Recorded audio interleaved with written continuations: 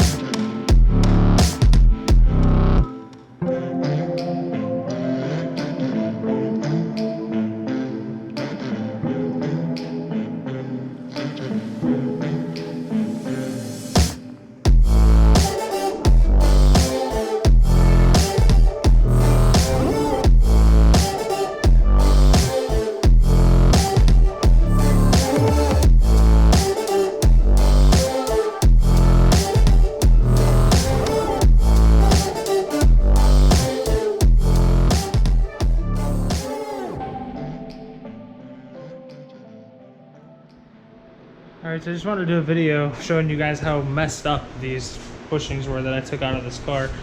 These are the upper arms. As you can see, that bushing is pretty messed up. As is the other one. The sleeve actually comes completely out. Pretty sure this one does too. Yep, both sleeves come out. You see how rounded out those holes were? Did some pretty weird things. Every time you got on the gas pedal, you could feel the rear end like rolling and like squatting in before it took off. So pretty sure this is what's causing it. These bushings on this arm don't look much better. As you can see, they're pretty well blown out. That one is, at least, and that one's got some wear. And then the other arm I wasn't able to get out because I don't know if you're able to see this or not. Let me grab a socket real quick.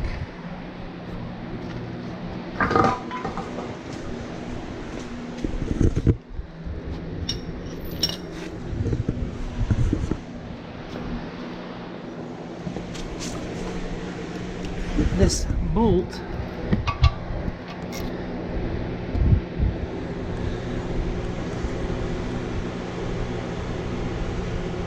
see if I can get a better view. There we go. The bolt is frozen in that sleeve, so this should be fun. First attempt is going to be to PB blast it, see if I can get the bolt to the brake loose. It's probably not going to happen, so odds are what I'm going to have to do is go in here and cut the bolt with a sawzall or a hacksaw or something like that, and then get a new bolt for it. So I'm gonna have to get the tools from work tomorrow, and we'll see what we can do to get this out of there.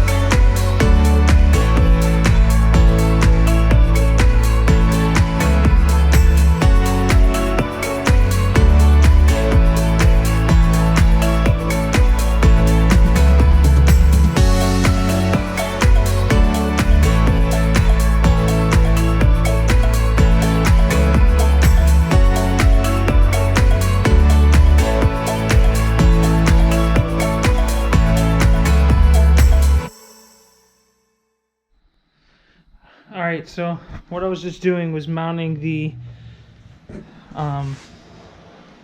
torque box reinforcement plate that goes to the side of the control arm. Show you in here, these plates go down. You drill the holes through from you can either do it from below up through or down from up top down through. The bolts are actually supposed to go the other way. They're supposed to go up through, but because I'm here by myself doing this all alone, changing things up a little bit, just doing things differently. I ran the bolts down through.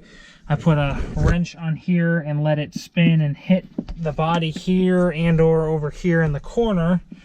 There's like solid body here, so that when I was turning the nut on the bottom, the wrench up here would stop someplace and hold this bolt in place while I was turning it. And I did the same thing over there.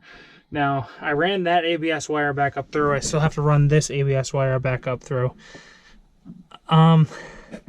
The grommet for the ABS wire is much, much bigger than that hole on either side. So I'm not really sure what I'm going to do. I'm going to have to try to figure out how to make my own grommet out of something else to keep the moisture and critters out of the car.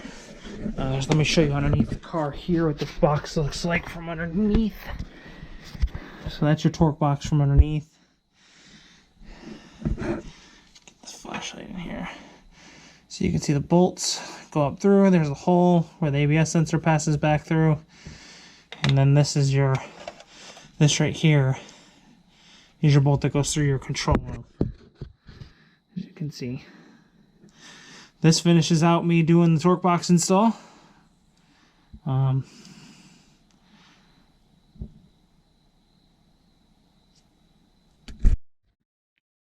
This is a little worn out. As you can tell, I'm breathing a little heavy. This is kind of hard. I've been up and down about 30 times, adjusting the wrench and getting tools and all the other stuff. This completes this job. Time lapse of me just putting everything back together, putting the springs in, hooking the shocks back up, hooking the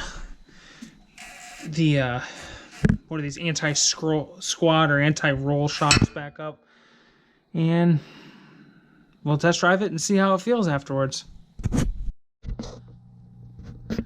So there's a little change of plans. I had some problems getting the control arm bushings out of the lower control arms in the rear. As you can see right here, this mark that you can see right here is where this metal sleeve slid inside of this control arm. I used a 20-ton hydraulic press to attempt to push this rubber bushing out of this sleeve, and it pushed the sleeve instead. So, just, what, 15 years of being in this car and 200,000 miles of wear and tear and all that abuse to that rubber bushing, it must have just slammed it in there, and it's not coming out. So I bought some BMR lower control arms, the rod end on one end and polyurethane bushing on the other. It's been a couple weeks. It took me that long to get these parts. Just took my time, decided, did my research, made sure I got what I wanted out of everything. I got the hammer tone ones just because I like the color. I couldn't get the hammer tone color for the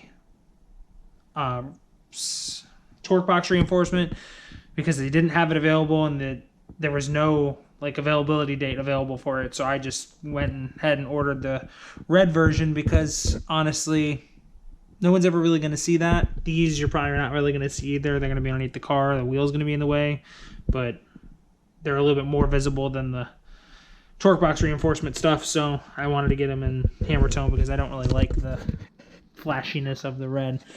As you can see, got my torque box reinforcement in place. There's my middle support bar. Then I also have this in place as well. The reinforcement bracket for the lower control arm. So we're going to get this lower control arm put on and springs put back in and everything put back together, and we should be good to go. I'll do a review after this is all said and done just to let you guys know how much better the car feels with all this in there. So let's get to it.